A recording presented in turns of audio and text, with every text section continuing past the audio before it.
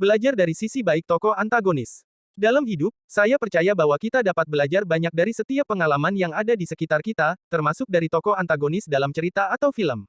Pengalaman-pengalaman ini dapat membantu kita menjadi lebih baik sebagai individu dan lebih memahami kehidupan. Jadi, mari kita coba lihat sisi baik dari tokoh antagonis dan belajar dari pengalaman tersebut. Tokoh antagonis pertama adalah Joker dalam film serial Batman, The Dark Knight 2008. Film The Dark Knight mempertemukan kita dengan Batman yang harus melawan Joker. Joker merupakan salah satu tokoh antagonis yang paling dikenal hingga saat ini karena karakternya yang misterius dan gila. Akan tetapi, ada sisi baik yang bisa kita ambil dari tokoh antagonis ini yaitu adanya pengorbanan.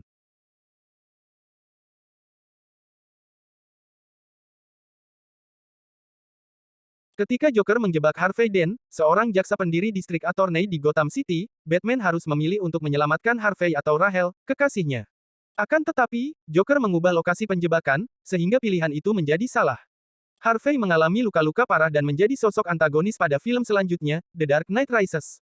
Akan tetapi perlu dicatat, Joker melakukan pengorbanan saat membuang dirinya sendiri ke dalam gedung besar untuk menyelamatkan dirinya.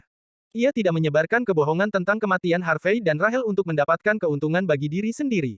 Betapa terorisme sangat berbahaya. Joker adalah bagian dari kelompok teroris yang ingin melumpuhkan Gotham City. Ia menciptakan kekacauan dan ketakutan dengan menjalankan serangkaian aksi pengeboman dan pembunuhan berantai, dan memaksakan penindasan atas rakyat Gotham City. Hal ini menunjukkan kepada kita bahwa terorisme adalah tindakan menyedihkan yang tidak sesuai dengan nilai kemanusiaan. Tokoh antagonis kedua adalah Thanos dalam film Avengers, Infinity War 2018. Film Avengers, Infinity War menghadirkan Thanos sebagai pemimpin faction yang berniat menghancurkan setengah dari populasi alam semesta agar sumber daya alam semesta terbagi dalam cara yang lebih efektif. Akan tetapi, ada sisi baik dari tokoh antagonis ini yaitu keteguhan tekad dan dedikasi yang kuat. Thanos memiliki tekad yang sangat kuat untuk mewujudkan tujuannya. Ia melakukan segala cara untuk memperoleh Infinity Stone, termasuk mengorbankan anak perempuannya, Gamora.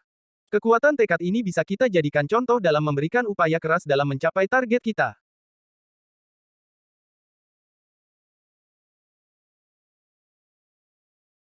Pemahaman mengenai kerugian. Thanos memutuskan untuk mengorbankan setengah dari populasi alam semesta karena pemahamannya terhadap kerugian. Ia menyadari bahwa alam semesta telah menghadapi bencana penghancuran karena overpopulasi. Meskipun metode Thanos untuk mengatasi masalah tersebut sangat buruk, namun hal ini bisa memicu kita untuk mencari cara kreatif dalam mengatasi masalah yang muncul.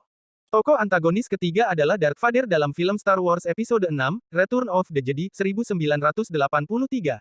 Darth Vader adalah tokoh antagonis yang paling terkenal dalam sejarah perfilman, penampilannya yang menakutkan dan misterius selalu menimbulkan kesan tersendiri bagi para penonton. Akan tetapi, ada sisi baik yang bisa kita ambil dari tokoh antagonis ini yaitu penyesalan dan penebusan. Darth Vader berusaha untuk memulihkan kesalahannya atas kejahatan yang dulu ia lakukan. Ia berubah pikiran dan memutuskan untuk menyelamatkan anaknya, Luke Skywalker, dari kejahatan Kaisar. Meskipun ia menyerah karena kehilangan tangan dan terbakar, keyakinannya bahwa ia menyelamatkan anak satu-satunya mengubahnya menjadi pahlawan. Hal ini memperlihatkan bahwa setiap orang memiliki kesalahan, namun kita bisa belajar dari kesalahan tersebut dan menebus kesalahan dengan melakukan tindakan yang baik.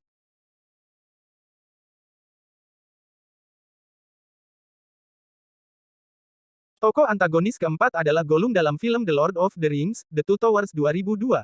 Dalam The Lord of the Rings, The Two Towers, Gollum diperkenalkan sebagai karakter antagonis yang hampir membuat Frodo dan Sam gagal dalam misi mereka. Akan tetapi, ada sisi baik yang bisa kita ambil dari tokoh antagonis ini yaitu kesediaan untuk berubah. Gollum ingin membalikkan nasibnya menjadi Sméagol, seperti yang ia dulu sebelum terkena pengaruh cincin dari Frodo. Ia ingin belajar lagi untuk berperasaan dan memperlihatkan kasih sayang yang sebenarnya.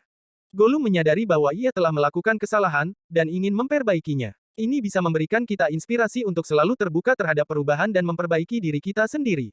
Dari 4 tokoh antagonis dalam beberapa judul film tadi, bisa kita simak bahwa daripada kita mengambil sisi buruk dari tokoh tersebut, kita bisa mengambil sisi baik yang ada pada tokoh antagonis tersebut sebagai penegas motivasi untuk berperilaku lebih baik. Kita bisa memperkuat dan meningkatkan diri kita sendiri dengan mengambil teladan dari sisi baik tokoh antagonis tersebut, serta memperhitungkan dampak yang akan terjadi jika kita mengikuti perilaku buruk tokoh antagonis tersebut.